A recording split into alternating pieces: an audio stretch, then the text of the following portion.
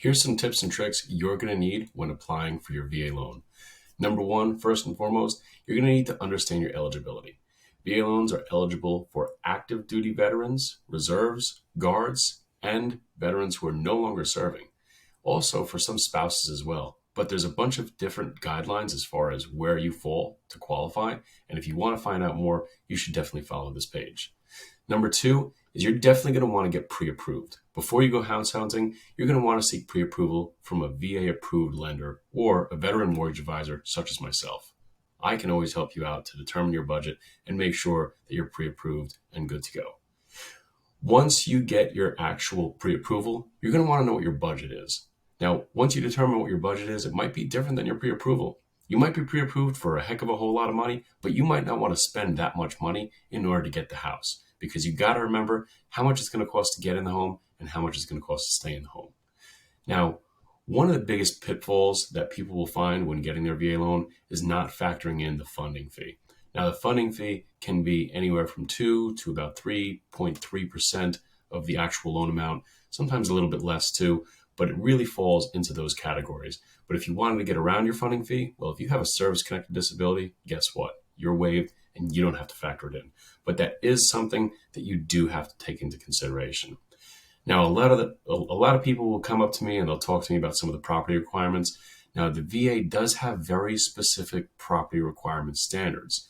Some of the things like chipped paint or broken windows or not having a handrail on a stairwell might fall out of compliance with some VA guidelines. So you're going to want to make sure that you check into these things or speak with a knowledgeable professional like myself who can help you out.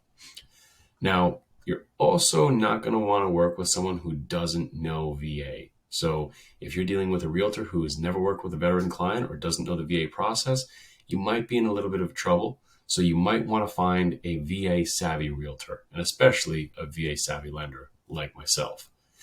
Now, here's another tip for you. You always want to make sure that you have good credit.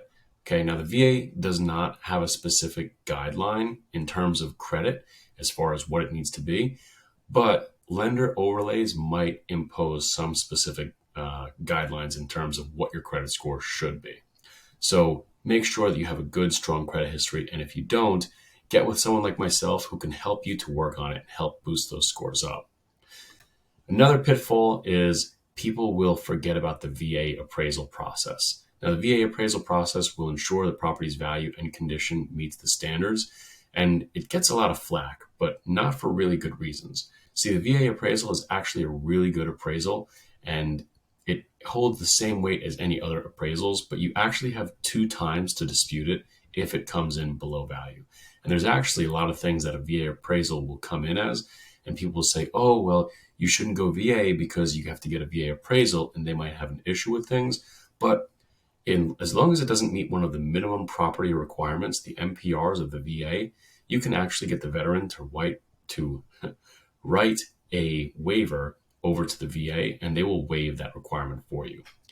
Now, as always, you're going to want to stay informed. The world of mortgages and home buying can be very complex. So keep yourself informed about the latest changes in VA loan guidelines and regulations, or just seek the help of someone like myself who can inform you in any time a change occurs.